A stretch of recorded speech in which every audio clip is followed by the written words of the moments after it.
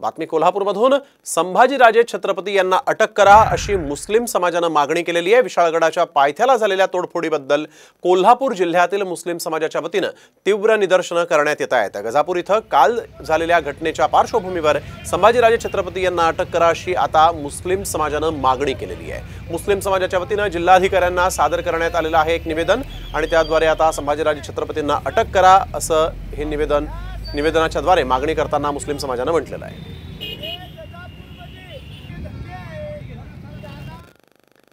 आणि आता संभाजीराजेंनी केलेल्या खळबळजनक दाव्याची बातमी। कारण दहशतवादी यासीन भटकळ 6 दिवस विशाळगडावर होता। संभाजीराजे यांनी हा मोठा खळबळजनक दावा केलाय। विशाळगडावरील अतिक्रमणाविरोधातील आंदोलनानंतर संभाजीराजेंवर गुन्हा दाखल झालेला आहे आणि या प्रकरणावर बोलताना संभाजीराजे छत्रपती यांनी हा खळबळजनक मोठा दावा केला। जनमन बेकरी जो बॉम्बस्फोट झाला त्याचा मुख्य आरोपी आहे।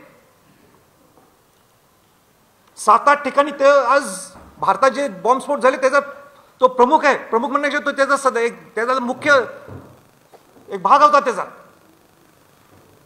हा यासीन भटकळ विशाळगडला राहिला होता ही त्याची नोंद आहे।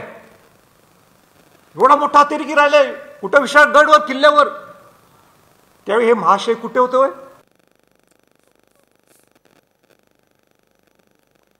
तर यासीन भटकळ नेमका कोण होता त्यावर देखील एक नजर टाकूयात।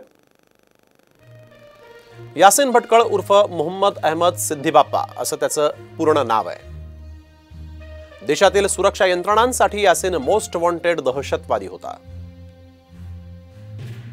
दहशतवादी संघटनेमध्ये तंत्रज्ञानाची माहिती असणारा हा एकमेव सदस्य। बॉम्ब तयार करणाऱ्या यासीन जो आहे त्याला करणाऱ्यांना यासीन स्वतः मार्गदर्शन करायचा। बॉम्बस्फोट घडवून आणण्यापूर्वी यासीन स्वतः तिथं जात असे। यासीनने पाकिस्तानमधून दहशतवादी कारवायांचं प्रशिक्षण घेतलेलं आहे। सन 2003 मध्ये यासीनने इंडियन मुजाहिद्दीन दहशतवादी संघटनेची स्थापना केली।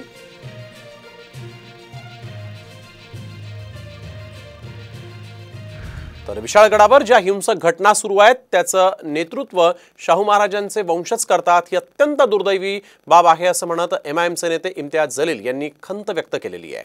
तर लोकसभेला जे मौलवी महाविकास आघाडीला मतदान करा असं आवाहन करत होते ते आता कुठे आहेत असा सवाल जलीलांनी केला आहे। जे मौलवी लोक जे होते कोल्हापूरचे जे रस्त्यावर आले होते की नाही आपल्याला मतदान करायचे आहे, तर कुणाला तर उद्धव साहेबांची सेनेला करायचं, काँग्रेसला करायचं, राष्ट्रवादी शरद पवार साहेबांची, त्यांचे नेते कुठे गेलेले आहे। आणि या सगळ्यात जास्त दुर्दैव याचा वाटतं की हे जाळपोळ आणि तोडफोड आणि हिंसाची जी घटना घडत होती त्याचं नेतृत्व कोण करत होते, जे स्वतः आपल्याला शाहू महाराजांचे वंशज म्हणतं।